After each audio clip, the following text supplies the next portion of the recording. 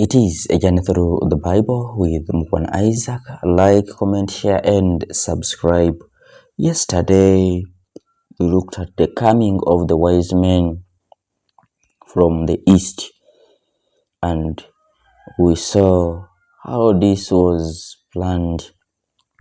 That God's ways, He sees in the way we see them is totally different from the way God has them. The religious leaders, the scribes, the teachers of the law, the priests who had heard about the Messiah didn't know anything when that time came. But we see the three wise men from the east interpreting and seeing the star of the Savior. Today, we shall look at the star of Bethlehem and science. Where is he who has been born King of the Jews? For we have seen his star in the east and have come to worship him. Matthew chapter 2 verse 2. The latter sentence is actually a wrong translation of the original Greek meaning. It should read, we have seen his star appear in the first rays of dawn. It is a fact that sometimes two planets move so close to one another that they appear to be a single larger and more brilliant star. And this is a possible explanation of the star which the wise men saw. Astrologers of centuries ago knew much about the stars and wrote a lot about them.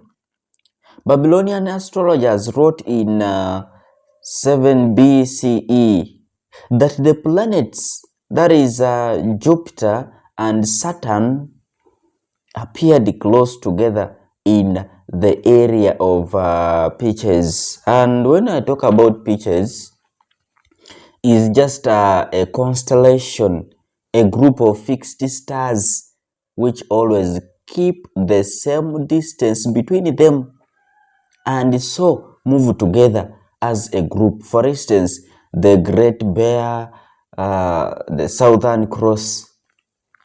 It is easy for modern astronomers to calculate backwards and to find the position of stars centuries ago. They have found that those written documents were correct, that in fact Saturn and Jupiter did not come close together 3 times. Did come close together 3 times in 7 BCE. And that this meeting was clearly visible in the Mediterranean area. And here we must remember that Christ was born somewhere between 8 BCE and 4 BCE.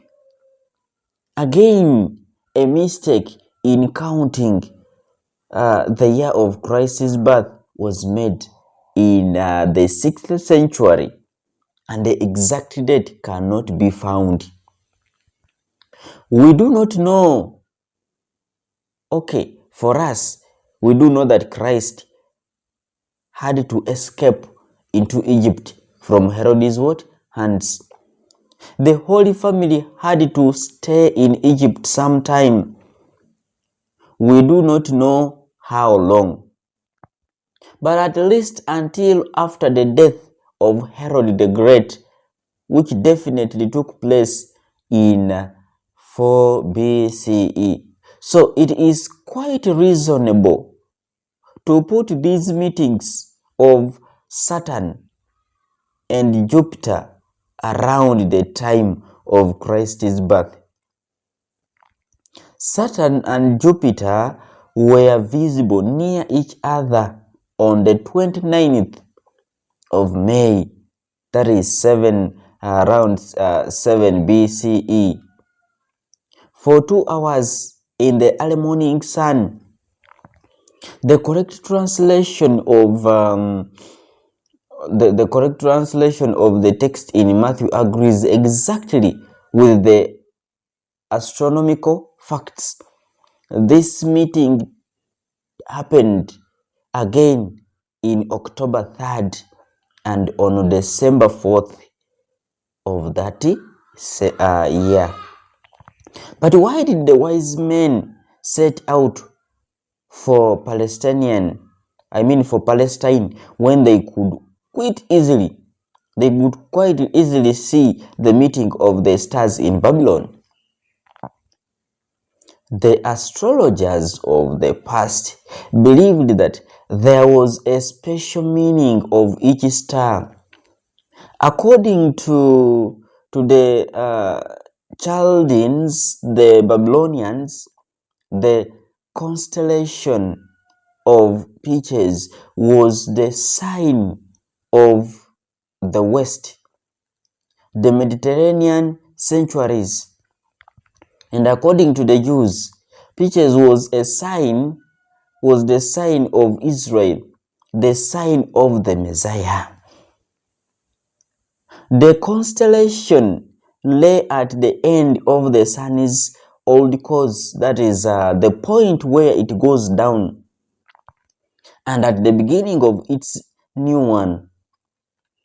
What is more likely than that they saw in the constellation a sign of the end of an old age and the beginning of the new one? Jupiter was always thought of by all nations as a lucky and a royal star.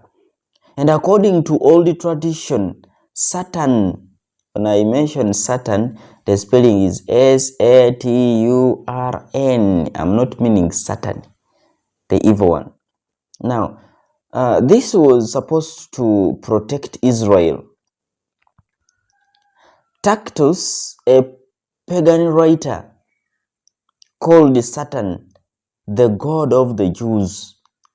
Babylon thought Saturn to be the special star of Syria and Palestine. It is thought that during and after the exile in Babylon, many Jews, may have studied at the Babylonian school of astrology at Sipar. Contact between Jewish beliefs, which spoke of a star which shall come forth out of Jacob, as we read in Numbers chapter 24 verse 17, who would be the Jewish Messiah, and the astrological divisioning of the stars as signs of nations could have been as it would appear from the gospel. The beginning of the faith which moved the wise men to leave their homes and bear the inconveniences of a journey to Palestine. This then is what might have happened. Let us think as in fact did happen. History has proved it, that Eastern astrologers saw the meeting of Jupiter and Saturn in Pisces on May 29th, 7 BCE. From Jewish contacts, they knew that Pisces was a sign of Israel. They saw Jupiter, the royal star, meeting with Saturn, the protector or god of the Jews, in the constellation Pisces, sign of Israel. It was an obvious sign to them that a new era had begun in Israel. A king, that is Jupiter, and a god Saturn, had come to Israel, that is Pisces. The summer heat is unbearable for traveling. The wise men knew from their science that the stars would meet again in October 3rd.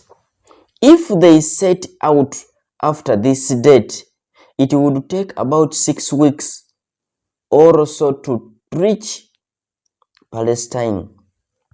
Sometime at the end of November, when they had heard from the scribes that the Christ, according to the wise men, the King of the Jews, would be born in Bethlehem, they set out for the town.